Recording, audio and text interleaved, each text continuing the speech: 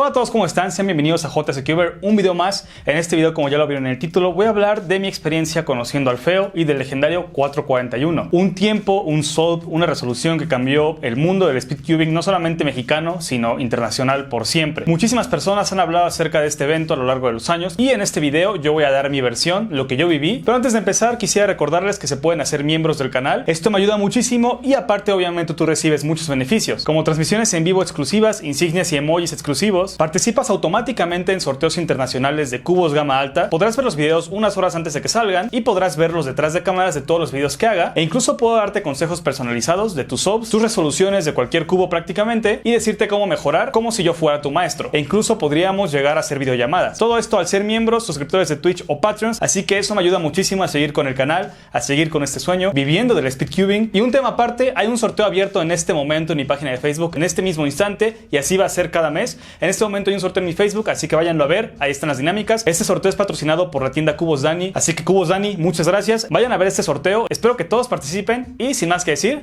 vamos a comenzar. Primero que nada, esto no es una crítica mala hacia Martín Telésforo el feo, esto es solamente mi experiencia de cómo lo conocí, por qué es tan famoso en el speedcubing y cómo es que lo que sucedió con él, lo que giró alrededor de él, cambió el speedcubing para siempre.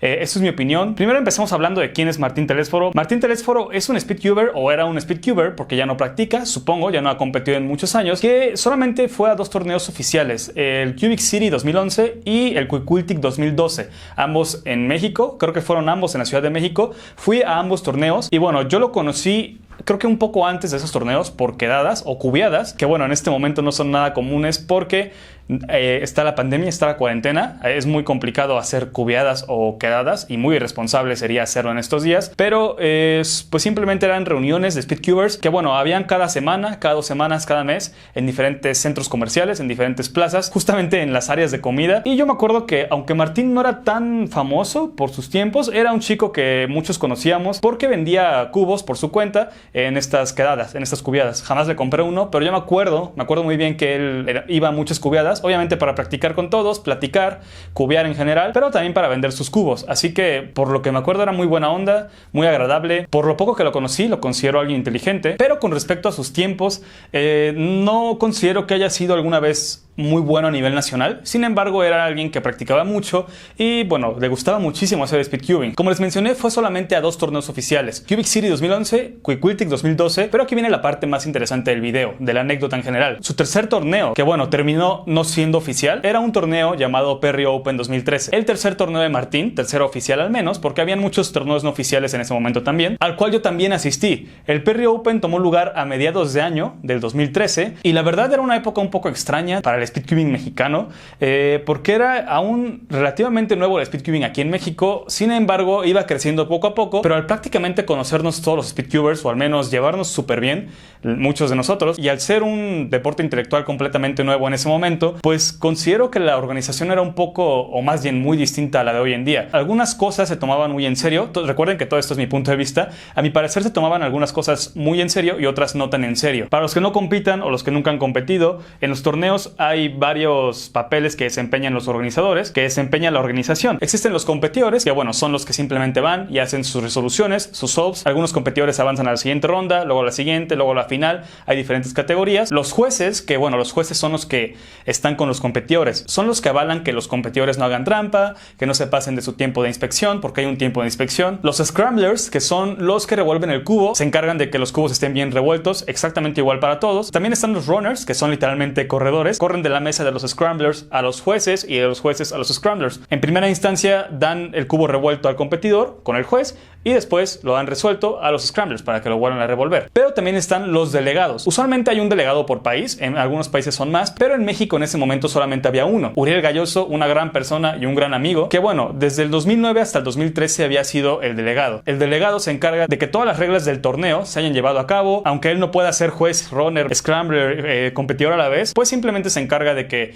los horarios no estén retrasados, de que se esté haciendo bien el papel de cada competidor, de cada organizador en general. Simplemente es el mayor papel de todos, se podría decir. Y bueno, ya explicando esto, siento que Uriel, aunque se tomaba su papel de delegado muy en serio, no se percató, o si sí lo hizo, no hizo mucho al respecto al ver que había una gran desorganización en este torneo. Me acuerdo muy bien que en ese torneo habían retrasos muy largos, que bueno, en ese momento eran muy comunes. Hoy en día es también pueden pasar, pero antes eran tal vez de media hora, incluso hasta una hora de retraso. Me acuerdo también que en la mesa de los scramblers, los que revolvían los cubos, era muy raro, pero lo que pasaba es que algunos cubos, incluido alguna vez algún cubo mío en ese torneo, que por cierto solamente fue de un día, habían algunos cubos que incluso estaban rayados con pluma. Era muy raro porque era como...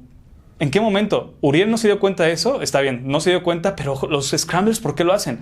Yo digo que fueron los scramblers porque estaban los cubos ahí revueltos y cuando te los entregaba tu juez ya estaban rayados. Entonces, pues, ¿quién las podían ser? Probablemente los scramblers. No creo que haya sido un competidor, aunque tal vez sí, pero pues nadie sabe. Y realmente a nadie le interesa mucho eso porque pasó algo mucho más grande, que ya les voy a explicar ahorita. Entonces, habían retrasos de horario, había un clima lluvioso y era todo debajo de una carpa, o sea, era al aire libre. Habían cubos rayados de vez en cuando, pero bueno, aunque hubiera todo eso y hubieran retrasos, las personas estábamos pues felices porque era un torneo de los pocos que había al año, tal vez 1 o 2 máximo al año. Pasamos a la primera ronda de 3x3. Usualmente son 3 rondas. Primera ronda, segunda ronda o semifinal y final. Lo que sucede ahora es lo más interesante.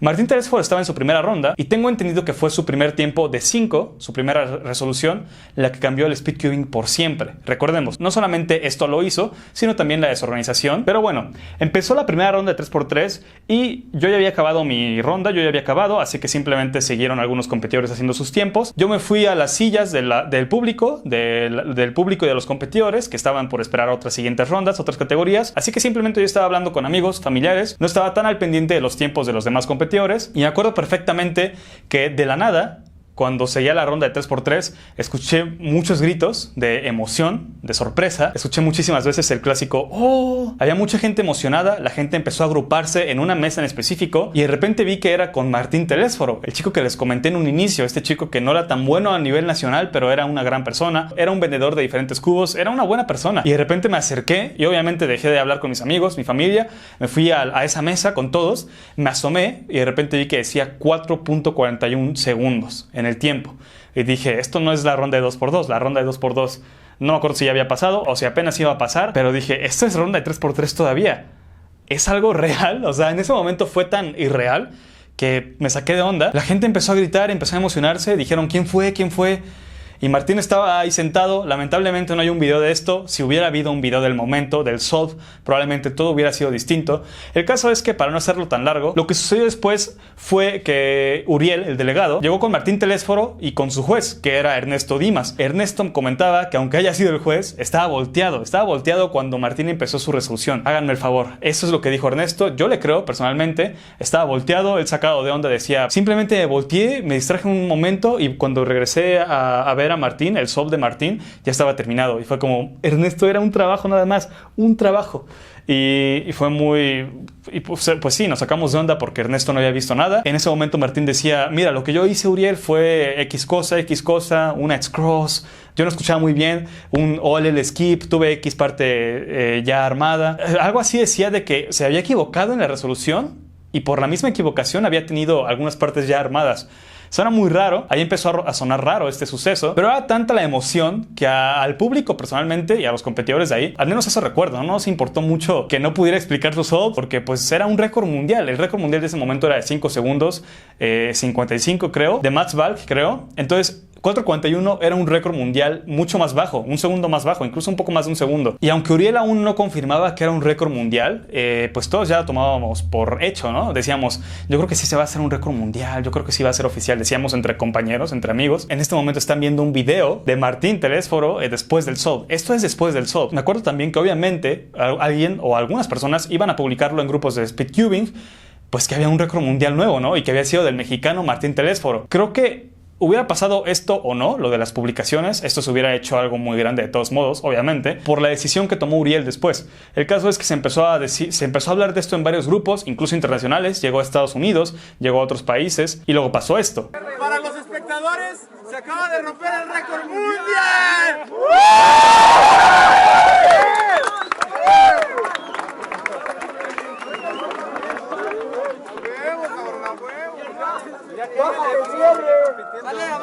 Así es, aunque no había un video comprobando que había sido un récord, aunque solamente eran palabras de Martín de que se había equivocado y había tenido partes locky, y aunque no había podido reconstruir su resolución, porque se lo habían pedido, o sea, reconstruir su resolución, aunque no pudo hacerlo, Uriel dijo, es récord mundial. Al decirlo Uriel, pues sí, se podría decir que iba a aceptarse como récord mundial, al menos eso creíamos. Muchas personas decían, y cito, ¿cómo puede alguien como Martín Telesforo romper un récord promediando 20 segundos? Porque él promediaba 20 segundos y sus tiempos de sus 5 subs se habían hecho públicos. Eran 4, luego no me acuerdo qué otros tiempos, pero aquí se los dejo. 4, 20, 20, 16, algo por el estilo, 18. Entonces sí era obviamente muy raro, ¿no? Ver un 4 ahí al lado de otros tiempos muy altos a comparación, pero ya había sido confirmado como récord mundial. Aquí yo considero que nadie se asustó realmente porque nadie sabía qué iba a pasar. El speedcubing era algo relativamente nuevo en México. Martín había quitado el récord nacional de 3x3, pero no importaba, teníamos un récord mundial en México. Pero bueno, el torneo terminó, todo terminó. Fue un torneo con que fue muy pesado, aunque no había luz al final, aunque hacíamos los subs con lámparas. Aquí se veía lo mal organizado que estaba el torneo. De hecho, este que están viendo soy yo, hace muchos años. Aunque era un torneo muy mal organizado y muy mal planeado, fue un torneo divertido, yo recuerdo eso, y pues habíamos tenido un récord mundial. Pasó el tiempo, pasaron algunos días, según recuerdo, y lo que pasó fue algo que nadie se lo esperaba, al menos en México, o al menos yo creo que casi nadie se lo esperaba. El récord de Martín Telesforo y todo el torneo, todos los tiempos del torneo, todo había sido cancelado. Ni el récord, ni el torneo en general, ningún tiempo, nada había sido oficial. Y los torneos en México estaban prohibidos hasta nuevo aviso.